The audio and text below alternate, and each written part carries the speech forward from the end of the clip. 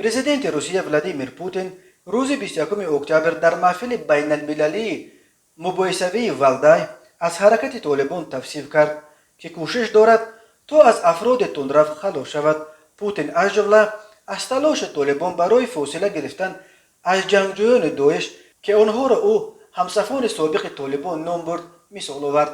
путин ҳамчунин ҳаракати толибонро ҳаракати мардуми пуштун номид ва гуфт онҳо бояд бо халқҳои дигари афғонистон забон биёбанд.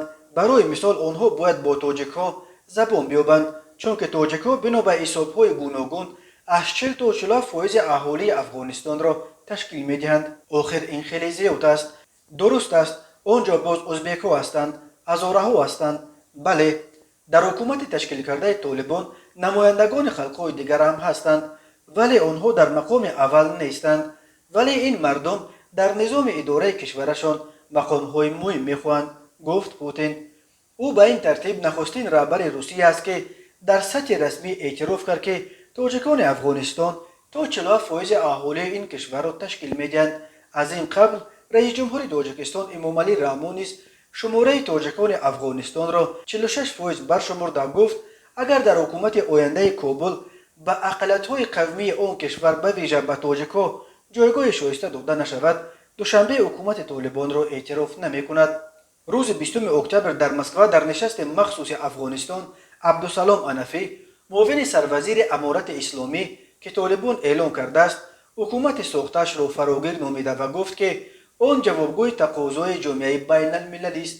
аммо Сергей Лавров, вазири хориҷаи Русия, бори дигар ба аҳамияти ташкили ҳукумати фарогир ва аз байн бурдани ҳамаи гуна манбаи таъдид ба кишварҳои ҳамсоя бахусус ба Тоҷикистон ки шарики стратегии Русия дар минтақа ба шумор меравад, таъкид кард ва гуфт толибон бояд дар ин масъала зиракӣ нишон бидиҳанд.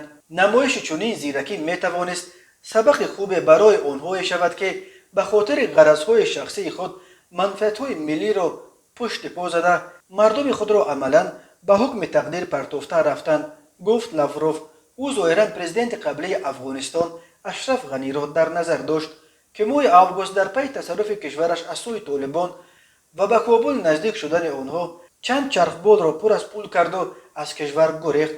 гуфта мешуд ки Ғанӣ бо $169 миллион пули нақд фирор кардааст то зиндагиашро дар ягон кишвари дигар аз сифр шурӯъ кунад.